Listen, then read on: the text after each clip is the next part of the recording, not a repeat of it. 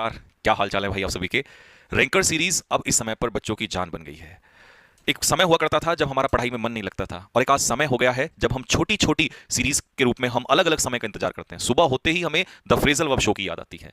जैसे ही शाम के 7 बजते हैं तो हमें इंतजार रहता है कि भाई रैंकर सीरीज की क्लास आने वाली है। यही वो क्या कहते हैं, यही वो आनंद है जो हमें पढ़ाई में मेरे भाई लेना चाहिए। अगर ऐसे छोटे छोटे पार्ट्स में आप अपने दिनचर्या को, अपने दिन को डिवाइड करोगे ना, तो दोस्त आपको खुद पता नहीं चलेगा आप एक दिन कहां पहुंच जाओगे। चलिए जी, तो जिन बच्चों को इससे फायदा मिल रहा है भाई कमेंट बॉक्स में बताएंगे कि आपको कितना फायदा इस सीरीज से हुआ है। आज की हमारी इस महफिल में भाई वन वर्ड सब्स्टिट्यूशन हम लोग करेंगे। बेहतरीन सवाल करने वाले हैं। पहला क्वेश्चन है, सिगरेट के टुकड़े को क्या कहते हैं भाई? तो सिगरेट के टुकड़े को हम कहते हैं स्टब। जैसे मान लो सिगरेट है ना, सिगरेट पीते हैं आपने देखा कुछ लोग, तो ये लास्ट में पार्ट बच जाता है तो उसे स्टब कहते हैं।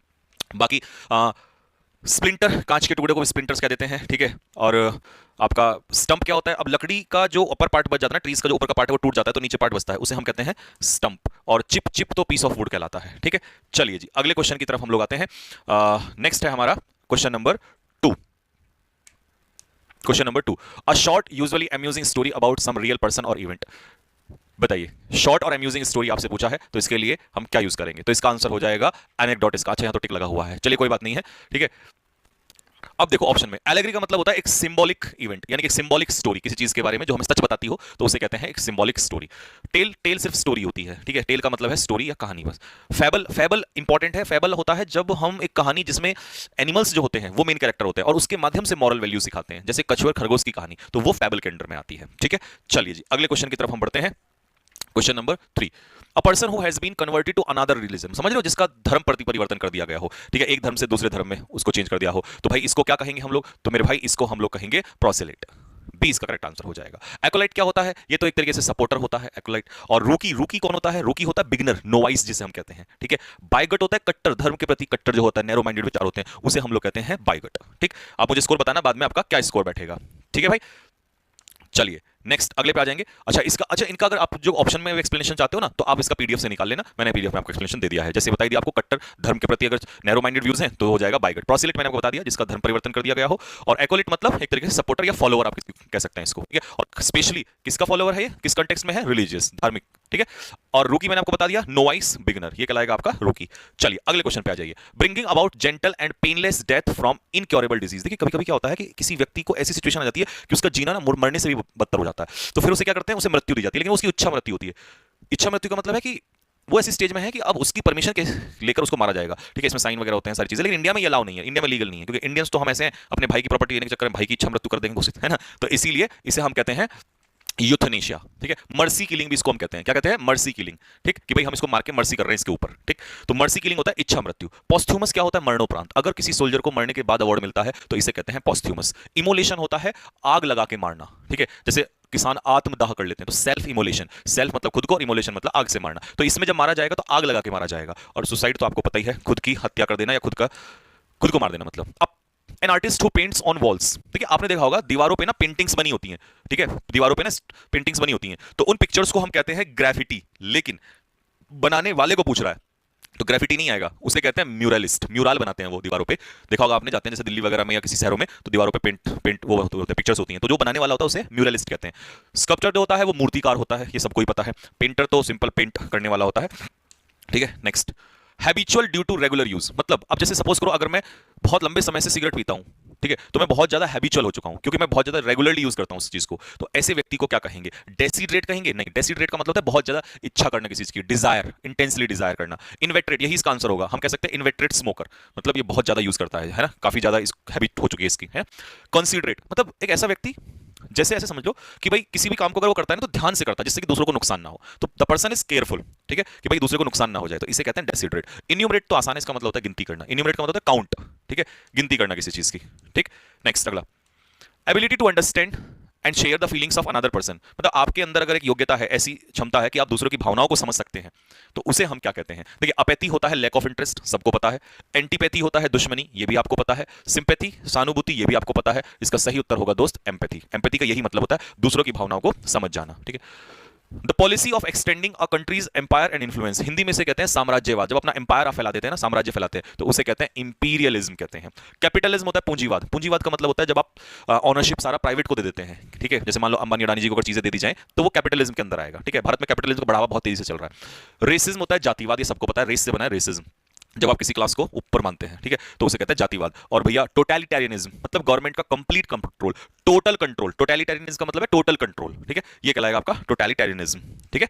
नेक्स्ट, अंडर पुअर कंडीशन मतलब एक ऐसी जगह जहां पर काम कराया जाता है लोगों से, बट वहां पर अनहाइजीनिक कंडीशंस, ठीक है, पुअर कंडीशंस मतलब बहुत ही खराब स्थिति। तो ऐसी कंडीशंस में जब काम करना पड़ता है तो उस जगह को, उस फैक्ट्री को क्या कहते हैं, मतलब वहां का एनवायरमेंट अच्छा नहीं है, कंडीशंस अच्छी नहीं है, लोगों के हेल्थ के लिए नुकसानदायक है, तो ऐसे को क्या कहेंगे। देखिए बुटीक तो नहीं हो सकता, बुटीक तो वो होता है जहां से महिलाओं का कॉस्मेटिक्स का सामान मिलता है। कियोस्क होता है, खोखा आपने सुना होगा, बूथ को कहते हैं, स्मॉल बूथ। और मोटल होता है रोड साइड होटल। आप दिल्ली से देहरादून जाएंगे तो रोड के किनारे आपको होटल मिलेंगे, तो उन्हें मोटल्स कहते हैं, रोड साइड होटल। तो इसे हम लोग कहते हैं स्वेट शॉप, है ना, स्वेट शॉप इसको कहेंगे, मतलब खूब पसीना वहां निकलता है, खूब पसीना बहाया जाता है लोगों के द्वारा, ठीक है जी। तो ये आपका आता है sweat shop. Next, gradual recovery from illness. अगर आप बीमारी से धीरे धीरे ठीक हो रहे हैं तो इसके लिए वर्ड यूज कर रहा है। हिस्टीरिया होता है पागलपन, मैडनेस एक तरीके से। एमनीशिया गजनी से याद रखोगे, लॉस ऑफ मेमोरी होता है ना, यहाँ पे गजनी लिख सकते हो। पैरानॉइड क्या होता है, ये मैंने कहीं बताया था। पैरानॉइड का मतलब होता है जब एक व्यक्ति को ना डाउट होने लग जाता है हर चीज पे, वो डिस्ट्रस्टफुल टाइप का बंदा हो जाता है, वो उसको शक होने लगता है हर चीज पे कि यार कहीं कोई मेरी जासूसी तो नहीं कर रहा है, या कोई मेरे बारे में गलत तो नहीं सोच रहा है, तो दैट इज कॉल्ड पैरानॉइड। इसका आंसर होगा कन्वल्सेंस। कन्वल्सेंस का मतलब रेक्यूपरेशन आपने सुना होगा, बीमारी से धीरे धीरे इकट्ठा, सॉरी, रिकवर होना। नेक्स्ट अगला question, to free someone from difficulty. देखिए एक होता है एक्सोनरेट, होता है आरोप से बरी करना, ये 2024 में पूछा हुआ क्वेश्चन है। एक्सोनरेट आरोप से, आप आरोपों से मुक्त करना। भूकंप आया था क्या? अच्छा, हाँ जी। To make someone free from difficulty, तो आरोपों से बरी करना एक्सोनरेट हो जाएगा। और ये क्या है, डिफिकल्टी से, है ना, किसी की मुसीबतों को कम करना, किसी को मुसीबतों से बाहर करना। तो इसका आंसर हो जाएगा, देखिए इंट्रिकेट का मतलब होता है उलझन, ऐसे याद करो, इन मतलब लाना, मुसीबतों में लाना, उलझाना, और ये हो जाएगा उलझन को खत्म करना। एक्सपर्गेट का मतलब होता है मूवीज से, नाटकों से गंदगी को हटाना। सेंसर बोर्ड का काम ये तो होता है, एक्सपर्गेट करना, जो भी गंदगी है, वल्गैरिटी है, उसको सबको वहां से काट छाट कर देना, ठीक है। एक्सटर्मिनेट का मतलब होता है डिस्ट्रॉय, नष्ट करना किसी चीज को, जड़ से उखाड़ फेंकना, ठीक है। The dead skin cast off by a snake, सांप की केचुली को, देखिए एस फॉर स्नेक और एस फॉर स्लो। अब रिलेटेबल हो जाएगा तुम्हारे लिए, बस ऐसे याद कर लेना, नहीं तो ये सारे एक जैसे लगेंगे तुम्हें, ठीक है। और ये डॉ, DOUGH, ये होता है पानी जब मिला देते हैं ना उसमें, आटे में, तो गुथा हुआ जो आटा होता है ना, उसे डॉ कहते हैं, ठीक है। अच्छा, बॉ क्या होता है, ये ब्रांच होती है पेड़ की शाखा को कहते हैं ब्रांच ऑफ ट्री, ठीक है, बॉ। और बोरो, ये क्या होता है, ये होता है भाई, एक महानगर होता है ना, सिटी, ठीक है, टाउन, उसको हम लोग, उस महानगर को बोरो कहा जाता है, बोरो, ठीक है जी। चलें अब हम आगे चलें, नेक्स्ट अगला जाओ। अ क्रूड इमेज ऑफ समवन, किसी की क्रूड इमेज। देखो प्रोटोटाइप तो होता है किसी चीज का मॉडल, पहला जो मॉडल होता है उसे प्रोटोटाइप कहते हैं। डमी तो आप मोबाइल की भी डमी यूज कर कह सकते हो, कॉपी एक तरीके से।